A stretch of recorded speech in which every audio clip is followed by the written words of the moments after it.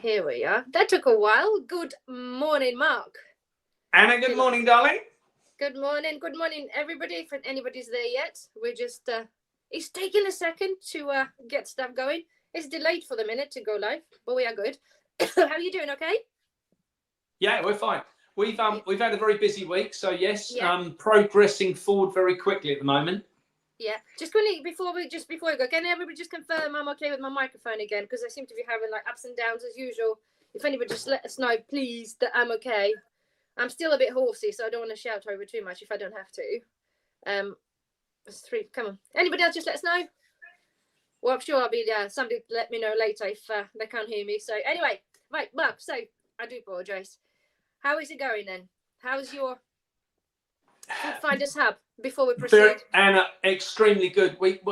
Just saying off air, we've had a gentleman who's come forward this week to offer to sign write the camper van for us. So I said, next year we're going to go on tour again. We know we're going to be doing a tour of some description. It's going to be slightly different to this year, but we're still going to do a tour. So it's going to be great if we do another 10,000 miles and get that advertised out to the public, and we can do leaflets while we're on, and actually make like a documentary this time round of how we're doing and what we're doing. So we've had 62 volunteers sign up. So some of those are already placed onto community farms. Some of those have already joined to help with leaflet dropping, food hubs, different things. Awesome. We've raised over £1,000 in the last 14 days. So it's all progressing. I just had a teacher ring me to say that she's keen to get involved. So I think what we're seeing, Anna, is you've frozen again. I know. You're back in the room. No, back in the room. As if we'd have a challenge. I know. They just don't like us talking about that. So what we're starting to see is that people are starting to come together, Anna, and that's what we need. Yeah, awesome. No, it's good as well. I'm hoping that next year, obviously, when you do tour, obviously this year wasn't quite easy for me, but I would want to do, obviously, join in. Our campus should be done, at least to be able to go somewhere the weekend without have to be paid for the hotels, But anyway. Yeah. That's the metaphor in next year. Nobody knows really where we're going to be next year. The amount of stuff is currently happening. It's a bit, Anyway, who knows? Anyway. There's one place we will be. It's Hungary. Yes, definitely. Not the country. Yeah. Oh, do you know, it's horrendous. I've seen some other articles and reports and saying, Britain is like only self-sufficient, like 50%, 55%. It's like, no, shit, Sherlock. Anyway, right, let's talk about the elephant in the room. The elephant, anybody, obviously, you guys would have seen the thumbnail, what we're talking about today. It is, oh my God, the big elephant. Phobia? Yes, that's something we talked about a lot. It was last year, wasn't it? It's been everywhere. I had loads of videos, and I see my other videos about the Beauvais and stuff from that time is now seem to be picking up. It seems to be back in the news again. And why, we wonder, what did we all think is going to happen when we said, they said to us, it's really safe. It's fine for cows. We've been testing this many, many years on many, many cows. And what, Mark, is happening right now in Denmark? Not just Denmark, I will say, but the cows they've been feeding it to are just keeling over. They're all dying on the spot. It isn't something we're unexpected, from our side, I don't think, Anna. I think the farmers knew what was coming. They kind of almost needed it to play out to prove the industry wrong. What I think's actually going on, Anna, is this is not about the reduction of carbon dioxide. This is not about the reduction, to get us to net zero. This is about the removal of the dairy industry. That's what they're trying to do. But they knew. We know. They knew what's going to happen. We knew what's going to happen. So they're still going ahead with it. There was massive backlash. And no, it's still fine. And they're still freaking denying it. They're denying the effects of that. The farmer's saying this is what they think, why it is. And no, we don't think so. I've got some quotes or some info here in a second. But sorry, continue. So what I was going to say is, when you understand, Anna, that if they crash the dairy industry as we know it, from milk from cows, it makes no difference to Arla or Muller, because they're the biggest producers of fucking every synthetic milk under the sun, whether that's almond, oat, maggot. They don't lose, so they don't care. But But the protein value and the fat value that we're going to miss out on is everything. Yeah. And, you know, and that's what I say to people. Look, they don't care if they destroy the industry. They're still going to win. This is about us taking back control of the food supply, you know? Yeah, but poor animals. But thing is that, right? So with the, for anybody, obviously, I'm sure people are aware what the Bovaer is now. So from 50 and above cows, obviously, they have to do this. So they either have to apparently add on the Bovaer or up the fat content in a feed to meet the methane reduction production. Sorry, obligations. So upping up fat in the cows, how is that reduces methane? Am I missing something? Are you, as a farmer, are you aware of such a thing? Basically, give your cow more fat and it'll fart less. Anna, I did loads of research on this. Last year, I, like you, did loads of research on this. There is nothing. It's a bit like the whole green agenda. None of it makes sense. There isn't one piece of this whole agenda you can pick on and go, but I found one little nugget there what actually makes sense. None of it makes sense. And no, it doesn't. If you look at Bovaer as an additive, bear in mind this is the bleach concentrate additive. The only thing it's doing is burning the stomachs out of the cows. That's what it's doing. You know, this is. I spoke to one of the farmers the other day in Denmark, who's, you know, one of the ones who's released this, and I said to him, you know, at what point did you know this was happening? He said, a year ago. Yeah. He said, we had gagging orders on us not to say anything, but the gagging orders have just expired, so they're now allowed to say something. But they knew a year ago this was wrong, and that, you know, people want to say to me, eating meat's cruel. Really? Well, at least I don't put it through any pain or any agony. For me, this is barbaric. This is really, really nasty, horrible stuff, what they're doing. And I want to know, how do you feed the cow fat? Like, they eat grass and grain, right? How the hell? Yeah, but you just mix it in with the grain. You just mix it in with the grain, Anna. Well, like a sewage or something. Yeah, well, so what they do is, it's not difficult to get, you know, fat intake in, when you use, when you make pellets, and you're making pellets from, let's say, grain, maize, rapeseed oils and different things. You can get natural fats in there as easy as anything. Yeah. Now, bear in mind, if they're using, what I'm going to say is like either rapeseed oil or sunflower oil to build that natural fat up, bear in mind, Anna, that they're all carcinogenic as well. Yeah. Right? So, whichever way you go about this, you're going to kill the cow either way. Yeah, you know, it's just pitiful that, you know, but I still say, Anna, what's got to happen is the public need to start supporting the farmers by going to the farm gate to buy milk. Yeah. Just cut these nonsense out, you know. Take Arla out the equation, and if Arla's products are not selling like we found last time, they'll start tipping it down the drain. If they don't pay the farmers will soon back kick at Arla and Muller, and they will soon start selling it themselves. We'll go when we talk about the milk later. I've got some figures on it, how much they lost due to that malarkey anyway. But yeah, so just coming back to the Bovaer. So the farmers reported a reduced appetite, drops of milk yields, and in some cases, obviously, more serious, you know, like they're just dropping whatever. So, and of course, so the Danish authorities and industry, so they investigate in the reports, right? Sorry, because I've got the staff information. I've just go for it. Information to make sure that we've got like the valid points towards like actually happening. And obviously, of course, the DSM states the additives are safe. They're still standing on a point. They say that such problems do not match their data from trials or global use over 25 countries. So they bluntly just say, no, it's not. So what's that? A bunch of farmers just lying, just deliberately, or would you just going to admit responsibility? Oh, Anna, no, never. Anna, did we not hear a few years ago an expression called safe and effective? Yes, of course we did. Yes, and we know how that worked out. Yeah. It's like I cannot see, right? We always say that we're trying to understand what these companies doing and how they're doing that. They knew that, right? Everybody knew that. We knew this. We don't even know nothing. We just knew this from the research and the word's been used. What's going to be happening and how is there, even by the research on the rats and everything else. So we, as average folk, seen the issue before it's happened. Yeah. And yet, what is I'm missing the big point of understanding how they're still going to head with that and going to no, definitely not us. So if everywhere farmers are going to be coming up with that, saying it's affecting us, then no, definitely not us. No, research said on rats. Research on rats told us that it's okay for cows, right? How do you got to drum your fucking head in a wall? Anna, you haven't. Firstly, you haven't missed the point at all. There was no point to it. Right. What you've got to understand is their desire is to break the dairy industry, and they don't care how they achieve that. Now we know if Arla, I do apologise. Sorry. Sorry. If Arla's, I don't know what. I think you've probably got it on your sheet there. Arla's profits for last year. Yeah. We'll come back to them in a minute. Let's just follow the path. Hold on. Well, what I was going to say is, see, for them, if they sell an alternative milk, their profits don't change, so they don't care, right? No.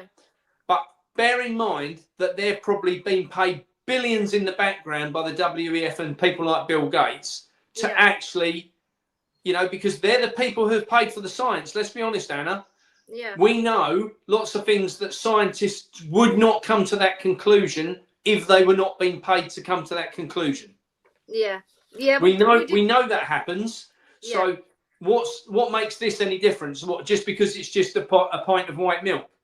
Yeah. We genuinely know that if they want to get rid of something, it's going to happen, and they will sneak through legislations in the background that gradually encircle this and just squeeze it until it crumbles. And that's where the dairy industry is right across the world. I have to say, this isn't just a UK thing, Anna. We're seeing this across the absolute world. I spoke to a friend yesterday in Texas, and he said, Mark, what's going on out here with the meat industry is just absolutely carnage. Yeah. So we know what's going on. Which country? Which country? Texas in America. America, sorry. Yeah, he's in the US, yeah. And I spoke to another one in Florida yesterday, another friend in Florida via WhatsApp, and he was saying exactly the same thing. He said, Mark, you can't believe, because obviously they used to produce all the oranges, lemons, grapefruit and stuff like that. Yeah. To be fair, I think Americans got far bigger fish to fry right now than worry about bloody meat. I think they need to worry about the food altogether, the way that's going. It's like you've seen the reports of everything. People, I know, digressing slightly. Like apparently, obviously, because of the shutdown of the government, it's like carnage of this, not enough food, and they're showing people. I don't know how much of that is true, but a lot of people doing like videos and showing like micro videos. They're filming like in the supermarkets and the shelves, and people not able to get like food stamps, and people are starving. And then at the same time, we did see someone sharing a video apparently, because you know they've got like food charities, like supposed like a food banks or something, and then they've got no food. Yeah, well they do apparently, but I don't know again what the time is like when they're filmed. But apparently people with like decent cars and apparently go then collect like loads and loads of food. So there's people that can't afford to eat, can't get access to food, and yet somehow people that have decent cars and pretty nice homes, kitchens, they show they have it. I appreciate people can fall on hard times. It happens all the time. But Anna, as we both know, you can have the best car, best house, best clothes in the world. Doesn't mean you've got any money in your pocket. No, you know, and we're starting to see that in this country.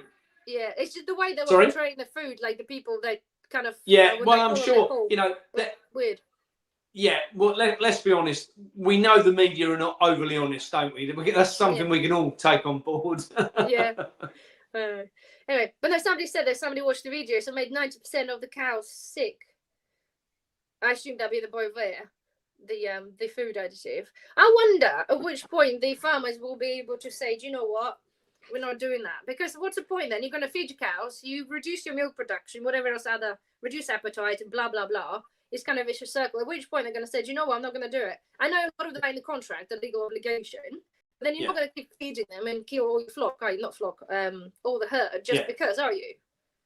Yeah. I mean, I think what we're seeing, Anna, is bear in mind that both Arla and Muller just reduced the price of milk by 6p a litre.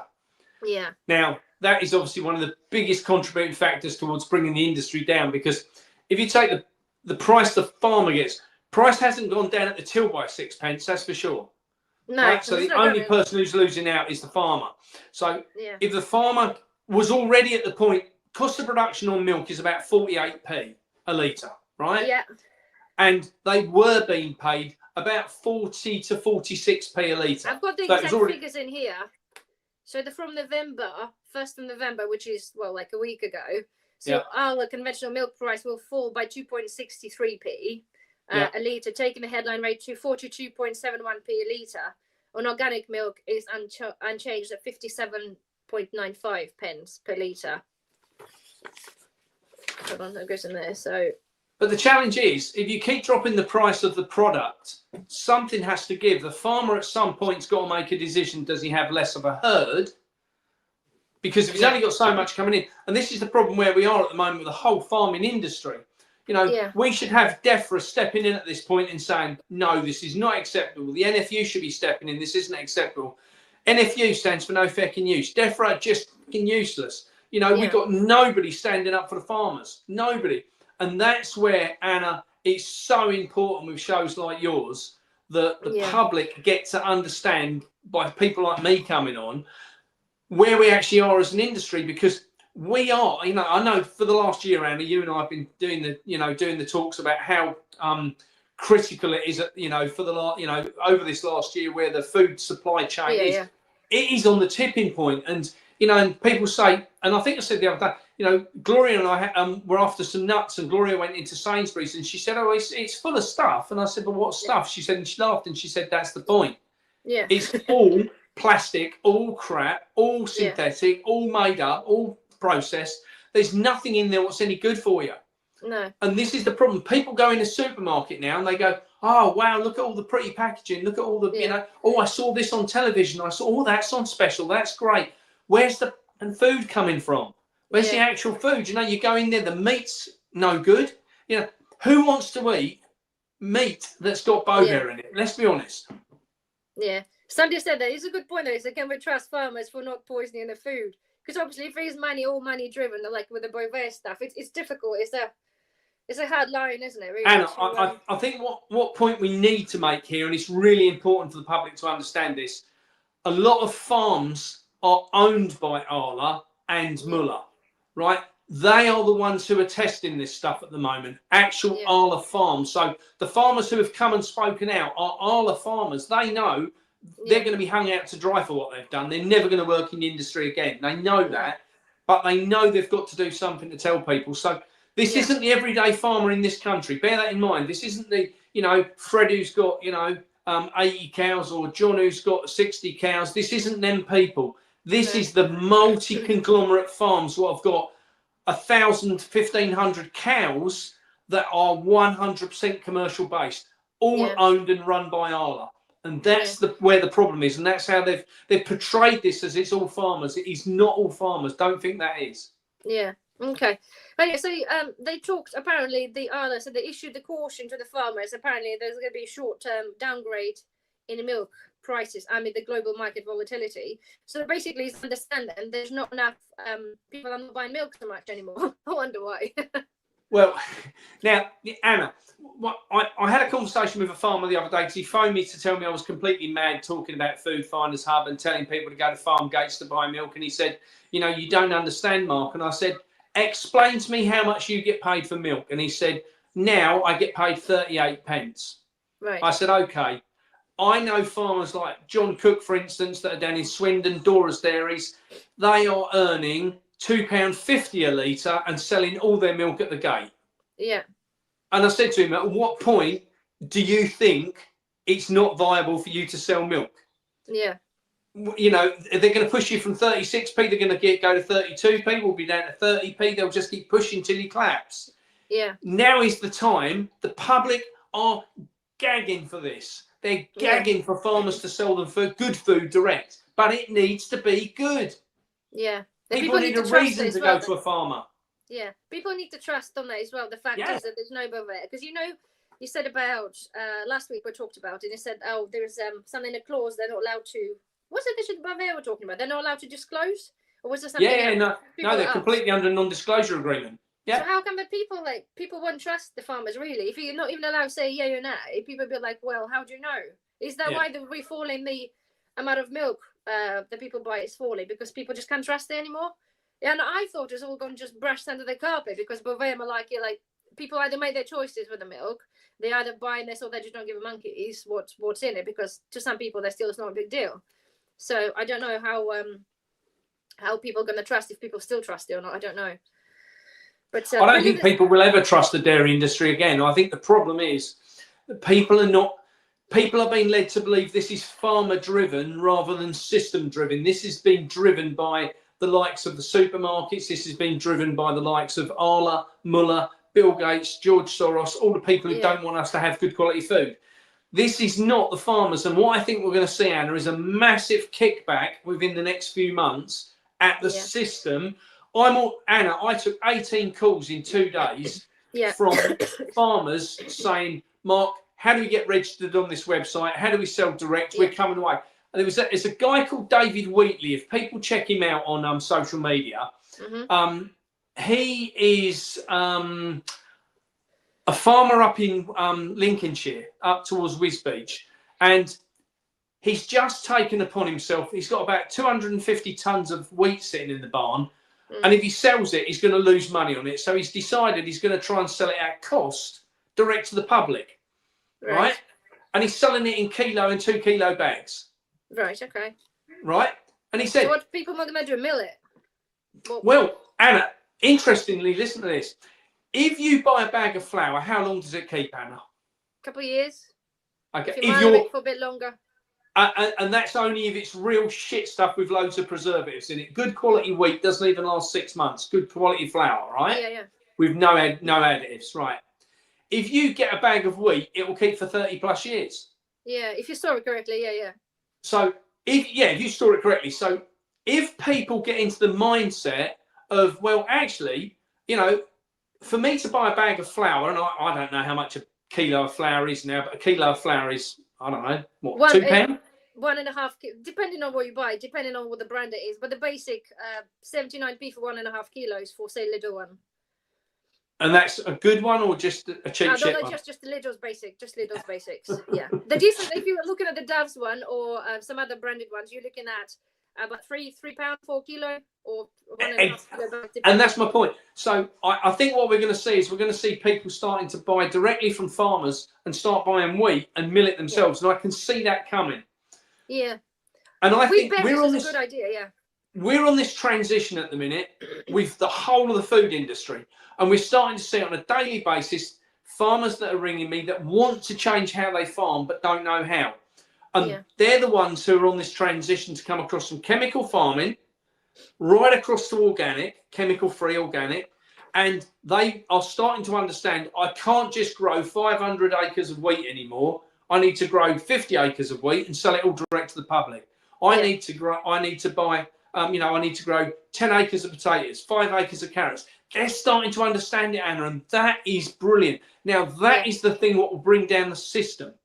Yeah, and all of these problems, what I was going to say is all of these problems we're seeing in the food industry at the moment and the food supply are the system problem, not the problem of good quality food. We can get good quality food from farmers if they're given time to produce it. They need to be put on that journey, but the system is stopping them.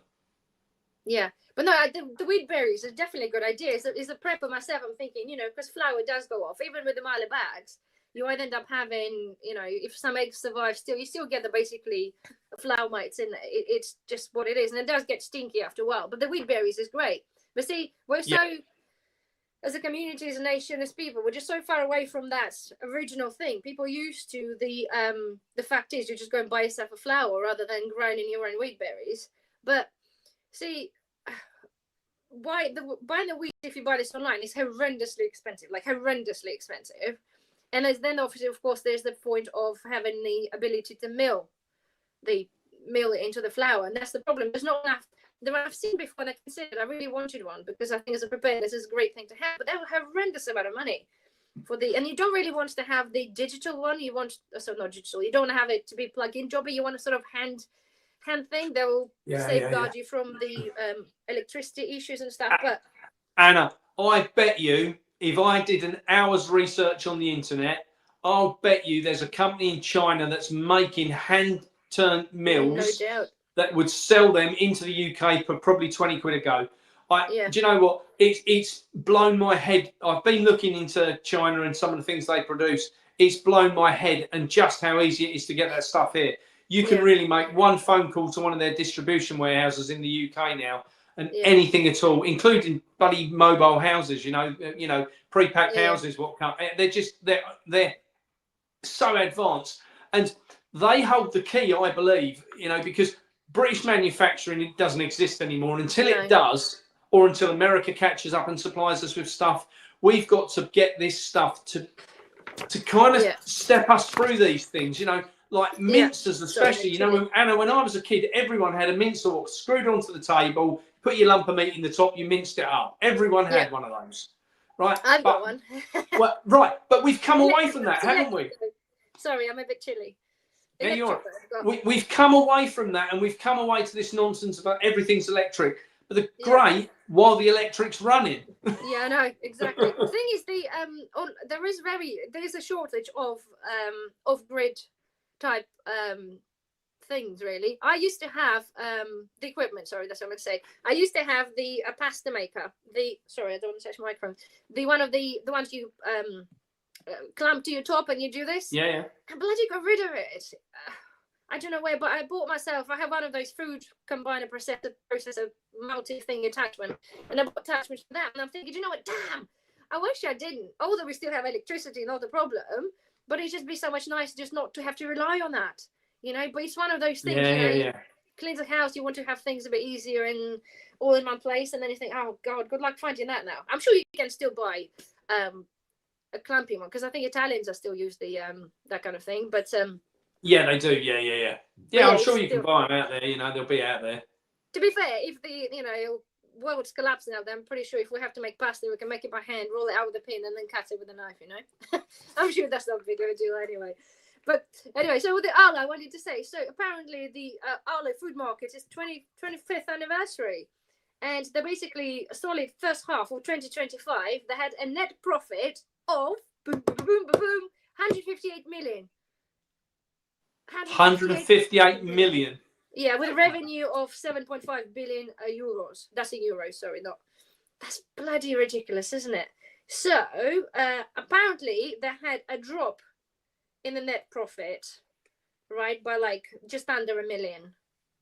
So yeah, and this is a UK one. So drop just by $1 billion in profit.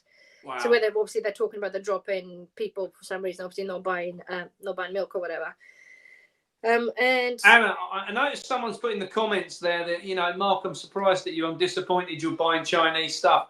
The problem is, where else do you buy it from? And this is the challenge, isn't it? Where, you know, we don't have anyone in this country anymore manufacturing. There's nothing would give me greater pleasure than to see genuinely manufacturing back in the UK, and to be able to assist that with where we're going with the you know, with the Food Finders Hub and or the CIC as a whole. Nothing would give me greater pleasure, but there's just nothing out there. No, thing is, people, I know, obviously we're doing a van conversion now, we're finishing up, but we had to obviously order certain things from China, like the little things, not necessarily tooth stuff, but the stuff that's still needed. Because if you now have a look at, and for fact I know, have a look at anything that's sold on Amazon, you have a look on many other things that are sold online, it's unfortunately is the same shit, different packaging. It just exactly how it is.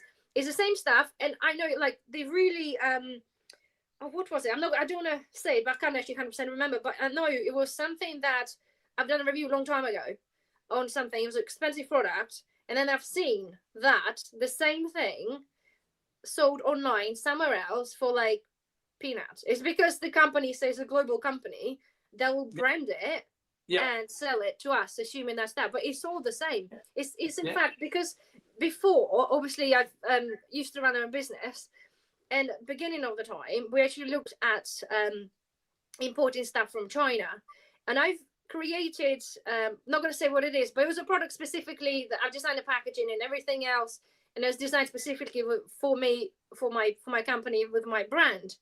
And then shortly after, you will see that they will take your design and then they'll start selling this to somebody else just for them to put their brand on it. And I'm like, hold on a minute. Especially as a small company, when you're starting up with a specific product, you want it to be unique and you want it to be different. But yet, a little while after, boom, your design, what you design goes up there and somebody else can just buy it. And then bang goes, that's my idea. And I've done this twice with the two products. Initially starts well, and then everybody copies it. Everybody copies it, and you're no longer. And then all Amazon, eBay gets flooded with the same stuff that you originally did well. You then invested more money into that, and then boom, everybody else copying that. So it is. Nobody wants to buy stuff from China, but everything's from there. It's like, well, you know, I don't see anyone putting up the 100 million what's needed to set up a manufacturing plant in the UK, and this is the problem we've got. Yeah. You know, exactly. This is the problem. Yeah. Right. Okay. So have we exhausted it? Oh, so while we were standing there, so with the boy there, we're going to watch the space and see what the hell is going to be happening. I think people do need to. I think social media people like ourselves probably need to just kick the stink up a little bit, raise awareness again. It worked really, really well last year when we talked about it, because everybody was suddenly, well, now we've all forgotten about it. I think it's time we bring it back, because if the farmers are saying, look, the cows are dying, they're not eating, not producing the milk, and they go like, oh, well, no, you're telling us lies. Well, let's spread awareness of that. And then with the milk stuff, so we know they're going to be obviously not paying farmers as much now. So it's all, like you said, it's all linked to basically stopping people having milk, so then they can have Bill Gates larvae maggot milk. Woo. God. Oh. Well, Anna, we know on the other side of this, it's not just milk. This is, this takes out milk, butter, yogurt, ice cream, you name it, any milk product, this takes out of the equation, and that worries me, because I know how much of that I consume. Yeah. When I look at, I went to see a friend from Brambleby Farm the other day, and I came away with 3 big bottles of raw milk, and I came away with blocks of butter and yogurt and all sorts. I come away with a whole bag full of stuff, all dairy, load of his meat as well. And I we consume a lot of that, and it really worries me, because I've seen butter, especially, where butter was 99p for years and years and years, and they had milk lakes and all of that. Milk, butter now, good quality butter is £3, £4, £5. I know, it's just about the same price. It's horrendous. Yeah. The other day I was talking to someone, and he's charging £6 a block for butter. Bloody hell. I was like, well, now don't get me wrong, it's raw, it's organic, it's a real good quality. And for me, that's what I'm looking for. Yeah. But what do you sacrifice to pay for the butter? Because that's where we're getting to. Most people are now getting to the point that something's going to have to go to have that good quality food. Now as Anna, we've discussed this before, but I still think that lots of people pay £50 a month for Sky and then want to whine about the price of butter. I haven't got a lot of time for them. They'll smoke 20 cigarettes a day and then moan about the price of butter. But for me, it's about looking at what you actually want from life and what's important to you for your health and so forth. So slightly different. Not everybody. I've got to say, it's not everybody that has. No. I do accept that. I do accept that. I know. Certain people, that I've spoken to, are in the position that they're just struggling. That's the bottom line, and a lot of people are at that end of things. And go on. No, so like talking about obviously the price of just butter alone, decent butter. We've got the Welsh butter here still. I think it's about £3 or something, or £3.25, whatever, for a little block. And obviously the whole idea, we want to encourage people generally to know how to do stuff from scratch rather than buying pre-made, foods that are full of chemicals and nasty stuff that you don't really want. And the other day I wanted to bake some like cupcakes or whatever for my little one, and I'm like, looks at the price of the butter, like, for goodness, just to bake a cake, it's going to cost like an arm and a leg to do it. And it's like, do you know what? I think I'll probably just leave that. Just going to buy some apples and fruit or something. Do you know, it's funny, because I came home the other day, and Gloria and my mum, they'd done a walnut and coffee cake and a chocolate Victoria sponge cake. And mum said that would have been half the price to go and buy them. Yeah, it does. Now, don't get me wrong, it was beautiful. We all enjoyed it, and they were lovely. But it just goes to prove how we're being played by the supermarkets, especially, are pushing the prices up so high on the retail side of stuff. Yeah. On actual commodities like milk, butter, eggs, meat. They're pushing that while all the processed stuff's being kept down, because they can keep adding shite to it to keep the price down. Yeah, I know. It's obviously that's the whole plan. But also, sorry, talk about the wheat berries. I forgot to. We talked about the addition of the folic acid, which I'll do the video at some point. But that's another thing that people got to be now wanting to avoid potentially. People have to be looking at doing the stuff in there. Sorry, I just suddenly just popped into my head. Yeah, Anna, I was talking. It's interesting, that one. I was talking to a baker the other day, and he said, "Well, he said, Mark, we used to use folic acid, but a natural one. So I think it was called ferolic acid. I'm not sure how you pronounce it, but it's not ferolic acid, what they're now using, because that's a synthetic. He said, we use in our organic, we use a natural folic acid.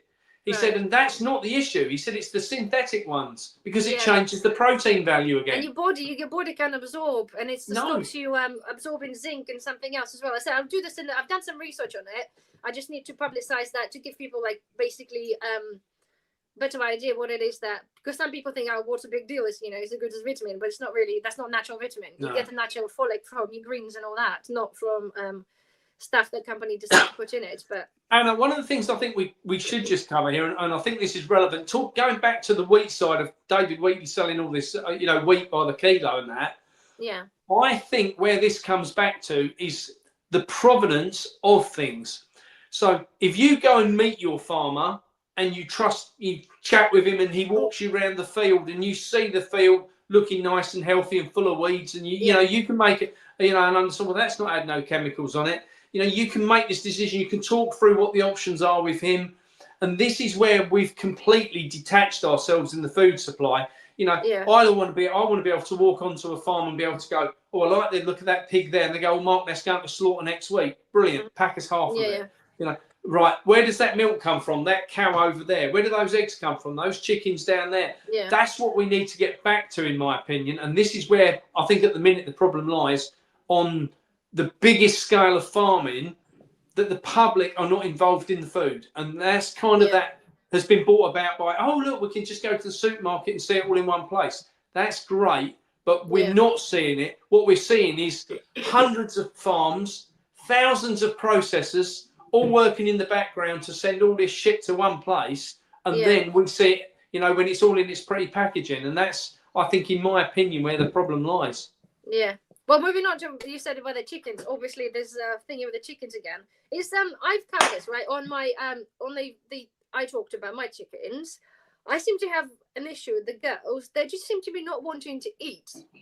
Like, and I said that they used to love tuna. They don't seem to want to eat tuna. They used to love pumpkins. And I like pumpkins for Halloween. They carved this for me. They're not interested. The food, the layers pellets I used to give them, they again weren't really interested. So far, I ended up buying them a normal, just a bird seed, like a mixed one from Home Bargains. And obviously they have what more we have sometimes. Like, they seem to prefer more like a rice pastas and other protein than that. And that, I know it's winter time, not laying anything. They're molting, I get it, it's how it goes, but they're not been laying for the past like 3 months. Anna, it's interesting you say so. I've just got my mum some fresh hens, and I got a couple of Genovial Reds and a couple of black French ones, and have to smile because the brown ones spend all day out in the run pecking about. The black ones sit on the perch all day, won't come out. But they're all really funny about food at the minute. And I don't know if it's because we've had the darker nights, the lighter mornings, they're thrown out and they take time to adjust. But they surely they would want to eat, though. They look scabby as hell, but they are molting, which is normal. These are definitely not eating what I think they should be eating volume-wise. And it seems to be a lot of the people I'm speaking to, the egg production's dropped. And I can only assume, if it isn't something to do with the thick grey dull sky outside, that and something that may be coming down from that this can only be down to the fact of the time of year. They're off the cycle, and until they've readjusted to the dark nights and light mornings, because the problem is, Anna, ours don't get let out until 7 and 8 in the morning. It's already been light for 3 hours. Because, and then they're going to bed at 3 o'clock in the afternoon. So, by the time they finally do wake up in the morning, they're then stuck in the bedroom and can't go anywhere. And this is an issue which I think we have this time of year. And this whole clock changing, I don't think it serves a purpose anymore. No, they're stopped in some countries. But see, some days you commented before about the chickens like starving themselves. They found that they're not. And that's why I found that they seem to be, they haven't lost weight. Obviously, they're eating something. But they seem to, just not the same. And for the past 3 months as well, it's not been dark that much, but I don't know. It's worrying because I lost three of them in the space of less than 6 months, which was rather upsetting. How old are they, Anna? They're only 3. So they're still quite young. And they are meant to be, the breeds that I have, including the Sussex White, they are meant to be laying like consistently good for up to 7 years. This is the research I've done, and they've been really good. They've been really good. But for the past, for the year, obviously I've lost half of them now, which is rather sad, and they're just not the same. But anyway, there's obviously we're talking about the chickens and eggs. It's that stupid lockdown thing again, isn't it? Well, Anna, I have to smile because the other day I drove down from, it's when I came back from Paul at Bramblebees at Wiz Beach. I drove back from Wiz Beach and I come across the fens. And as I came across, obviously my eyesight's not very good if I haven't got my glasses on, I have to say, and I was driving along and I looked to my right and all I could see was white dots in the field, and I thought, oh, they must be ploughing because it must be seagulls. There was hundreds upon hundreds of geese and swans all in the field. And I mean hundreds. I videoed it. I'll send you the clip over. There's just hundreds of them. Yeah. And I was gobsmacked because they don't come under any legislation. No. I got 4 chickens and I'm a bad person if I don't lock them up. Yet these birds what are allegedly spreading it can go where they want. That's why. And Anna, we both know that they're testing with PCR. Going, really, isn't the biggest con. Yeah, they're testing with PCR tests which are flawed. You know, we know how good and effective they are. There's a white paper by Roger Meacock. I know we spoke about this the other day. There's a vet called Roger Meacock who did a white paper which is brilliantly explains how useless the PCR is, and it serves no purpose for any animal you test with it.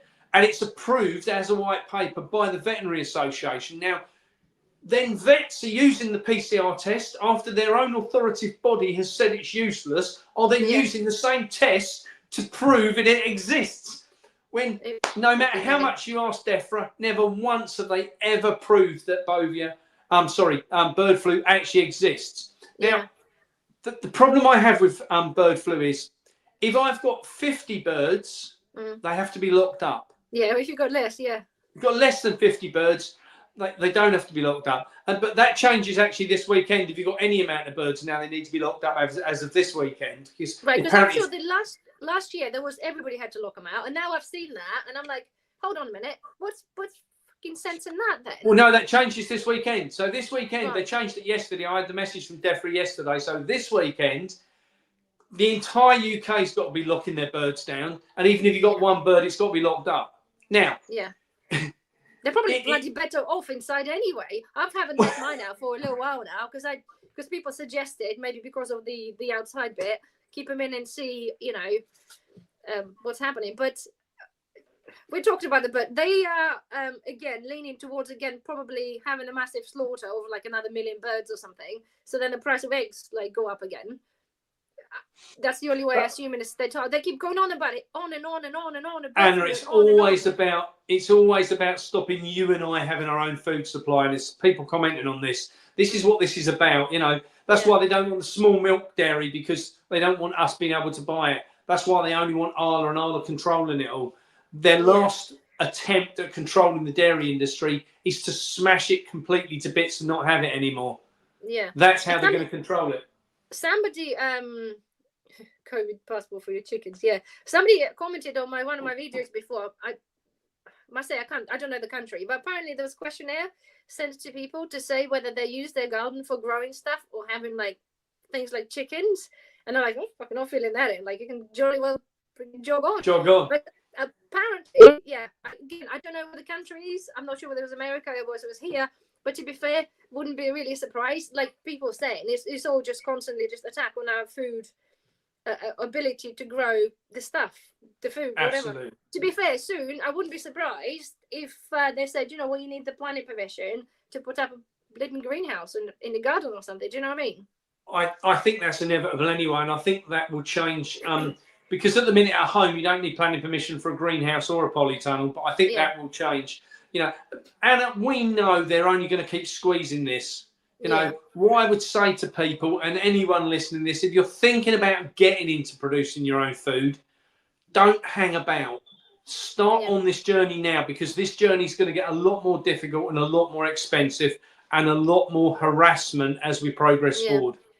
Yeah, You know, I see. I'm looking because I wasn't growing for this winter. I had enough of the constant, shit from upstairs and all that, and I came to the point where all this resources and time that I wasted. Although the summer I had good, like with the tomatoes, 50 kilos of tomatoes. I preserved loads. I've got soups. I've got sauces. I'm like really happy. But everything else, like I've been trying to do now, is just not been growing. Like lettuces, right? I give you that. Lettuces, and I was planting a kale for the winter, and I said, you know what, I'm bloody give up. I absolutely give up. So, right, I did this video 3 months ago, I think, give or take. And I said, I'm not doing anything for the winter. I've had seeded some lettuce outside, okay, in the raised bed type thing, secluded. What do you reckon? I popped into the garden the other day. The little seeds came up. 3 bloody months after I seeded them, they came up. Lettuce, 3 months down the line. It's like, what the hell happened there? Honestly, what the hell? So I'm like, do you know what? Because chances are probably going to be struggling growing them from seed inside again. I'm going to dig them out. I'm going to take them inside. I'm going to put my grow lights up now rather than in December for my tomatoes and peppers, whatever. And I'm going to try to grow that. And I'm going to dig up my kale that came up just a little bit. Again, months and months. And I'm going to bring this inside. I'm going to see whether it's possible to grow. Apparently, kale is easy to grow inside. Some people say. So I'm like, okay, I shall give that a go. Who needs bleeding houseplant? Do you know what I mean? Let's just grow kale instead. Yeah, so I think. I'm gonna give it a go. I think Anna is really to grow. It'll stick it near a window and it'll just grow. It's just turn it, turn it every few days and it'll be fine. We don't grow enough stuff at home. We don't grow enough stuff indoors, especially.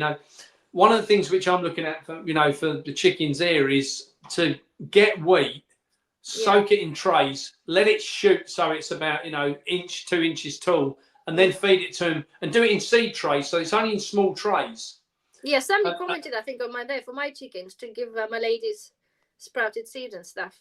Yeah, and that's probably one of the most nutritional things you can give them because they'll go right through it. They'll start at the top and then they'll just pull their way through the grain because the grains by that point will be soft and they'll break down nice in the gullet. So that's, would they not be worried about the tall? That's why my concern before, because I've read about it before. My concern would be for them because they're consuming that as a long grass, so it doesn't have impacted crop if they can't digest the grass. Because a lot of people saying, obviously, what happens with a chicken impacted crop if the grass is too long, because it gets like Anna, let me tell you something. All chickens used to be grass fed. Yes, of course, but like not grass like this long though. Anna, they start at the top and work down. They won't swallow the whole thing and then cut it off at the bottom. No, it's not like getting a bit of spaghetti and going, I need to eat all that in one go. Mine do. That's what worries me. I've seen one before, like, whoa, hold on there, lady, don't do that, because I'm like, cool, keeping an eye on it, because you literally trust me, they'll be fine. They'll work it out. They're funny animals, they are, bless them. But anyway, so we know. So we know, attack on milk, attack on the bleeding eggs again. Probably be shortages again soon. Give it what? Probably by Christmas time. I think by Christmas we're going to see shortages on dairy and eggs. And I've been saying this for the last 18 months. Yeah. For me, this winter was always going to be the attack on our food supply. Yeah. Without any doubt at all, because it's not the 2030 agenda, it's the 2026 delivery point what's crucial. Yeah. They deliver it in 2026 and by 2030 it's all in place. That's what they think's going to happen. Yeah. It's happening quite fast, isn't it? Because you obviously, with the last bit we had talk about is Mr. Billy Goat Gate, didn't we? Yeah, did you? I don't know if you saw the bit, Anna. There was a bit which popped up on the news this week very quickly and then disappeared off the face of the earth when we started talking about it. Yeah. That Bill Gates had been over to London this week and signed a contract with our benevolent, overzealous leader. And they've signed an agreement to say that by 2030, the UK will have no farmers whatsoever. Right. I haven't seen that. I've seen... Okay. And that wasn't just signed in the UK. It's been signed in all European countries. Bear that in mind. Yeah. Where the fuck is our food coming from? Are they going to produce it all in factories from this point forward? Yeah. Is that where we're going? I would think. I know. I found he signed a £400 million partnership with our government, right? This is apparently was to tackle the tackle the oh my god, greenhouse emissions, and basically it's to boost the green investment in the UK. And this is apparently not just always to do with agriculture, but basically to go towards net zero, right, as soon as possible. Or they didn't say 2030, they said 2040 or 2050. But I was talking about like electric tractors and some other stuff like installing wind farms, solar farms on whatever else. So this is apparently what the 400 million partnership is going to be. That's what the foundation, Mr. Gates Foundation, is sponsoring apparently. And whilst 400 million is a lot of money, and you and I wouldn't mind having a tap at it, that's for sure. 400 million in a country is an absolute piss in the ocean. It is indeed. 400 million. And I was been doing some research into fishing trawlers, right? About how you would put a fishing fleet back together. We need over £5 million just to put a basic fishing trawler together. Right. So when you look at 400 million, that's only 80 fishing boats. Well, with the best will in the world, we had about 80,000 fishing boats around the UK 100 years ago. 400 million sounds a lot of money because you and I never see it. It's a piss in the ocean, and it's leads us to believe all this big investment's coming into the UK. That big investment is nothing in comparison to what we need. And I think that all the investments are coming out of the UK because nobody wants to support this country anymore. There's nothing left for anybody here, is there, really? People running here like bleeding from the plague. Nobody wants to be here anymore. We've got the people with money leaving and the people without money coming, and that's an issue. Yeah, exactly. But I know it's not an agricultural issue that we will talk about. Yeah, I know. Anyway, somebody put, Chris said that about the 15-minute cities. That's all seemed to be died of death, really, isn't it? No. So I don't know if you've been following what's going on in Jamaica. Yeah, so Jamaica's obviously been flattened. Jamaica was due to have a 15-minute city installed and the public kicked up about it. So now they've just leveled it and that's what they're going to build. Yeah. Simple as that. And, and look into under the ground, what's actually under the ground in Jamaica, the billions of tons of natural resources which they want to export out before they rebuild the city. They'll, Anna, these 15-minute cities get renamed, and we're seeing it across England at the moment where lots of streets are getting closed off, lots of boundaries going. But that's to a no-go zone. So we can't go in there talking. Obviously, it's not something that we're allowed to talk about. But this is due to no-go zones rather than 15-minute city as what they portray them to be. Like, you only work and live there, and you don't go to the supermarket outside your 15 minutes, that sort of thing. Well, that's where the digital currency will get us. At the end of the day, they know they can postcode that digital currency. Now, Anna, one thing which we've never spoken about, right? The 5G is as an issue, right? We know about 5G towers, but what a lot of people don't know about is 5G masts. Now, I'm not talking about telephone masts. Yeah. These are just ones what I just have a bobble on the top and have a flat platform. They are recharging points for drones, and they are also what is your barrier point for you not to be able to leave your street, right? Controlled on what? Controlled by what? So these are controlled by the government. So your digital ID and your digital money will not work once you cross the barrier of where your money is supposed to go. And it's that 5G boundary is what's going to imprison you. Well, we don't even have. We live in in the middle of not say nowhere, but we don't have any 5G. We barely freaking get 3G around here. No, Anna. But when you go to town, you're going to have to go into it. Say again, sorry, you crackled. When you go into town, you want to go to Aldi, Lidl, wherever you want to go shopping. Yeah. If your currency is not programmed to work in that postcode, you won't buy anything and you won't be allowed to enter. Because you'll be driving along in your lovely little electric car in the future, and you'll get to the boundary where it says you live, and it will just go bleh. Yeah. And that'll be the end of it. You'll just be stuck there. And then we think it's going to be far-fetched future, but to be fair, I've done one video about the Tesco's and about the club card thing, how they sell our data, and obviously then about now the rationing thing apparently. Then somebody confirmed they spoke to Tesco's or something that there are limits on obviously tins and waters and whatever, like a 16 products and mincemeat or whatever. But apparently, like fruits and veg now limit to 3. Like they said, the cucumbers and tomatoes. I saw your video about that yesterday. Now, funnily enough, I spoke to a friend last night as a Tesco's manager, and spoke about him before, but spoke to him and I said, "What's the issue with that?" And he said, "Oh, Tesco's head office is selling it on the grounds they want everybody to have the opportunity to buy equal amounts of things." He said it's nothing to do with it. He said they know in a month's time we're already running out of certain things, so they're limiting the availability of it to try and make it last longer. They're cutting down the shop space, which is given to it, so it sells less because people don't visually see it.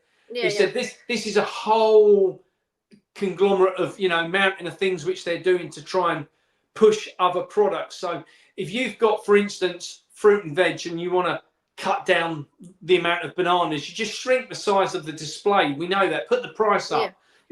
There's loads of things you can do, and it's no different on any other grocery. This is what we're starting to see. They're starting to, let's put the tins of cheap spaghetti here, and the good stuff will just shrink the aisles and and just get rid of it eventually. So what people end up with is a 2-bit product. This is why, Mark, they say shrinking and stuff. This is why actually there's a Tesco's little trick, and on some of them you either have either have a mirrors behind the vegetable display, or the vegetable displays are like in Tesco's now, drop them lower, and you've got big posters of the fruit. Apparently that is like psychological way of making it look like, oh, that's a big display, a lot of fruit. In fact, they're pictures, but the amount of fruit is actually bugger all down, or vegetables down below. Apparently that's so. What's the purpose of, say, with fruits like cucumbers, tomatoes, and peppers? That's what's currently a limit of 3. Before, do you remember there was a picture when there was a shortage of lettuce because of the Spanish issue, whatever it was last year. So now, right? Why now reduce the cucumbers, tomatoes, and peppers to like 3? Why limit? I don't get that. So and I can tell you part of this from a farming point of view. We're obviously at the end of the English season. Yeah. Right. But the cucumbers never been ours anyway. No tomatoes, in fact. Well, through the summer, a lot of them are. So we're running out of the English stuff now. The greenhouses have been cleared out. Spanish stuff isn't coming on like it should do because they haven't got the amount of water to get things moving in the early stages. The Moroccan stuff hasn't come through this year as of same as last year. We used to import lots of fruit and veg from Israel. That isn't coming in because of the conflicts out there. And all this geopolitical nonsense, what's going on worldwide, is causing massive issues to the food supply. And that's where we have this challenge at the minute that unless the public wake up, they're going to be going hungry. Yeah, but it's too bloody late though. See, what I thought, right, is a prepper. Excuse me, lose my voice again. But the tins, right? The limits are 16 to what they're saying. I know some people say, oh, there's no limit in Tesco's, but nobody really goes and buys 16 to truly know. But online, it's set at 16. It's whatever it is of the hardcore items, like not hardcore tins, whatever. Like 16. It's this what it is. It's Tesco's confirmed that it is 16 of stuff that's not fresh. And to me, that's like, okay, as a prepper, as a preparedness, to me, I look at it from the point of like, they don't want us to be prepared and have food stashed up. Because 100%. It's not in government's interest. And I know people like think, I'll just don't worry about shopping at Tesco's. We're just, going to buy stuff from the greengrocers and butchers and that sort of thing. Well, my point is, don't think that your greengrocer or your butcher, being a friend of your family, not going to put his livelihood at risk, feeding his family to be your bleeding mate, and they're going to cut the imposed rules just to also understand. One of the biggest wholesalers in the UK is an organisation called Booker's. Yeah, they're owned by Tesco's, aren't they? Owned by Tesco's. Yeah. If you look at the brand Jack's, it's owned by Tesco's. Yeah. Right? They're always going to make sure that their shelves are stocked first. And what they can't sell will then goes down to the wholesalers, goes down to the retailers. And they'll just gradually squeeze that in first. So the only food what's available is through the supermarkets. And the only food what's available is what they say you're going to have. And if that's 1 cucumber a month, then you'll have 1 cucumber a month. Exactly. That was my point. It depends. The same will be from the butchers. If the government says that everybody allowed 1 steak, the butcher's not going to be your friend. He's going to think about feeding his family, not losing his business. 100%. Thing. This is what people need to understand. People are like, oh yeah, I'm not going to shop in Tesco's. I'm going to go somewhere else. If there's a global agenda, it doesn't matter where you end up going. Be a good guy, support this. You're not going to make any bleeding bit of difference because they're all going to be governed under the same. But see, with the Booker, that really pisses me off, right? Is the freaking prices. The book, it's meant to be a wholesaler. It's absolutely horrendous. You can buy it cheaper at the supermarket. You can, but that's the point. The only thing is cheaper in Booker's is the water. If you buy the bottled water, in the cases of water, and maybe some, I don't know, alcohol's not cheap, but tins are not cheaper. Tin of freaking sweet corn is £1. Like, seriously. So I have to buy 24 quid just so that's 24. I'll just go to Lidl, spend 62p, 65p, in fact. But do you not also realise, Anna, that this is how, people say, oh, why is it when I go to a farm shop it's so expensive as opposed to going to a supermarket? Go to in wholesalers like Booker's and you start to understand how much the real price of food is. Supermarkets are subsidised left, right and centre. Yeah. They are subsidised at every opportunity. Yeah. It's wrong. And really it's wrong. not until you start looking at their wholesale side of what things are worth, that's because that's what they're really worth. Yeah. If you look at, people say to me, why is milk £2.50 a litre at the gate of a farm? Because that's what a farmer needs to live on. Yeah. The best one in the world. Why do you want to pay £1.12 for white water? It's got no goodness in it. It's just whitewash. Yeah. I know. So anyway, then, okay. So somebody's asking, where's the info but there's no farmers by 2030? Well, apparently it's not anymore, is it? Oh, if you want to just go on the WEF website, if you want to know the answer to where does it say no farmers info by 2030, go and read anything to do with the WEF. It's all on there that we won't have any farmers by 2030. This isn't something, Anna and I have made up. This is common knowledge. Yeah. I don't know, to be fair, like, I did see obviously that 400 investment by 2030 times, but I think would that be far-fetched to make that claim to say no farmers by 2030? Because then people be like, well, mind you, he's going that way anyway, to be fair. Whether that's not my wording, that's theirs. Yeah, that's on the WF website. That's always been on there. Yeah, I know. They are horrendous, really. The information is there, as you say, the information is for people to see what the plan is, or they might not be maybe literally worded whatever the things that they're planning in such a abrupt or harsh way that we're talking about it. 100%. You get to read between the lines to put two together and understand, to what the whole plan is. Let's face it, they talk about by 2030 we will have complete net zero. Yeah. How can we have net zero? Someone explain to me how we're going to have zero carbon dioxide on the planet.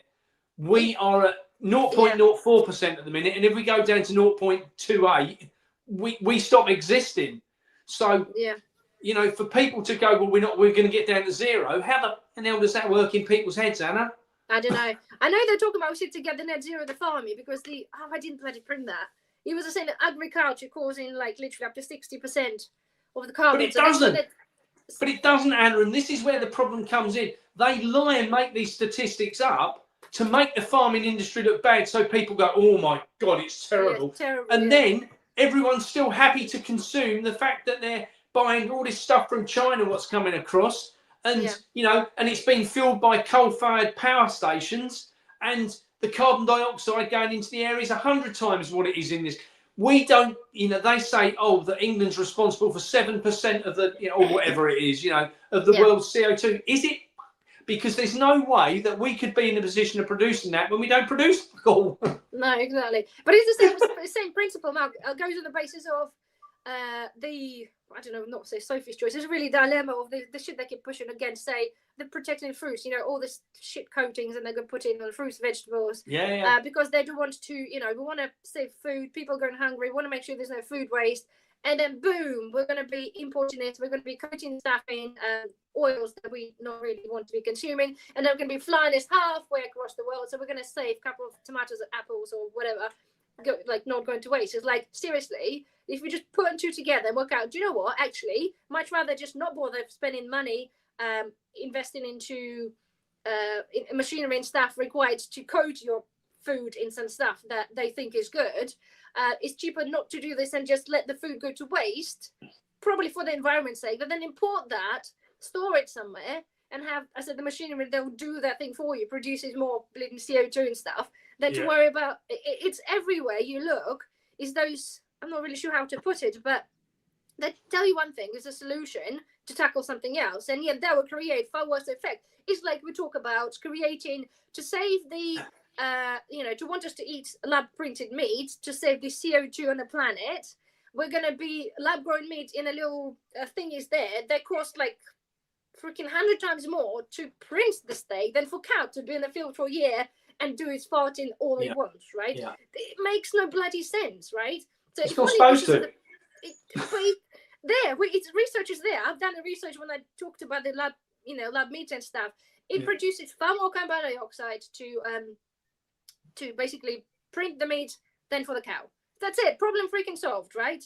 So what's the point trying to get rid of cows just to print that? It costs time and money and the CO2. So it's not logical. It's sometimes, I know those people are brain dead anyway, the ones but it's just, come on. It's just, anyway. And there's a point there from Chris. There's a point there from Chris. He says, I go to a farm shop. Yes, it's expensive, and you've got the fuel on top, but there's no demand. That's actually the opposite to what we're finding. There's a 12% increase month on month now on what farm shops are taking. So it's going up 12% a month, and that's one of the things which we're now starting to see is the people who want to buy good quality food are prepared to spend their money on that. Yeah. The people who are working on a budget will continue to go to the supermarkets because that's what they have to do. Simple as. Yeah. And there's going to be a very split divide in the population's ability, I believe, in the future to be able to have good food.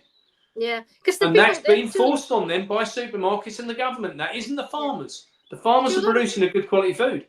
Yeah, to a lot of people, it is like people are on the lifelines, where they're not affording stuff, so it's inevitable, and that's how they're going to keep it there. But somebody said, "Great chat. We should do it monthly." Well, we're doing this weekly, actually, aren't we? We missed last week because it was a half term, but yes, we are doing them pretty much every Thursday at 10 a.m. unless either somebody's losing a voice or somebody's not there. But generally, we are doing this every week, different subjects, aren't we? So although we still evolve around the same thing, we'll come back to the same incompetency of powers of be and the agenda of making us go hungry or eat shit, literally, pretty much. So anyway, is there any questions, guys, before we disappear? Any questions? Not from my side. No. Okay. I know it takes a while to type, probably, for somebody if people do, but anyway. What I would say is if anybody's looking to try and find good quality local food, pop to foodfindershub.org and have a look. If you want to donate £1 a month, you can do that on there as well. Yeah, and that's what we're doing at the moment. We're getting people to donate just £1 a month. Okay, it's a direct debit type thing.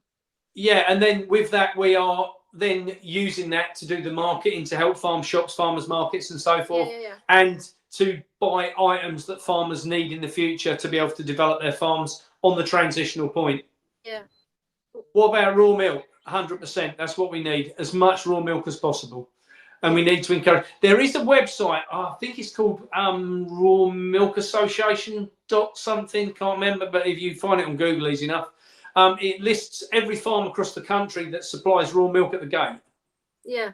They do say, don't they? There's a lot of publicity out there that keep telling us that we shouldn't be having this, and because of the salmonella and God knows whatever other stuff they keep telling us to do. Anna, I've been having raw milk for 57 years and there's nothing wrong with me. You got that before me. Right. Okie dokie then. Right. Okay then, peeps. I think we're all good, right? So I think we covered what we wanted to talk today, didn't we? About the bits and bobs, and no doubt. I think so. I think we're on the money. Yeah. Awesome. Okay. Well, everybody, thank you very much for tuning in. And we shall be seeing you guys hopefully next Thursday at 10 a.m. Au revoir. Look forward to it. All right. Bye-bye. Bye-bye. Bye. Bye.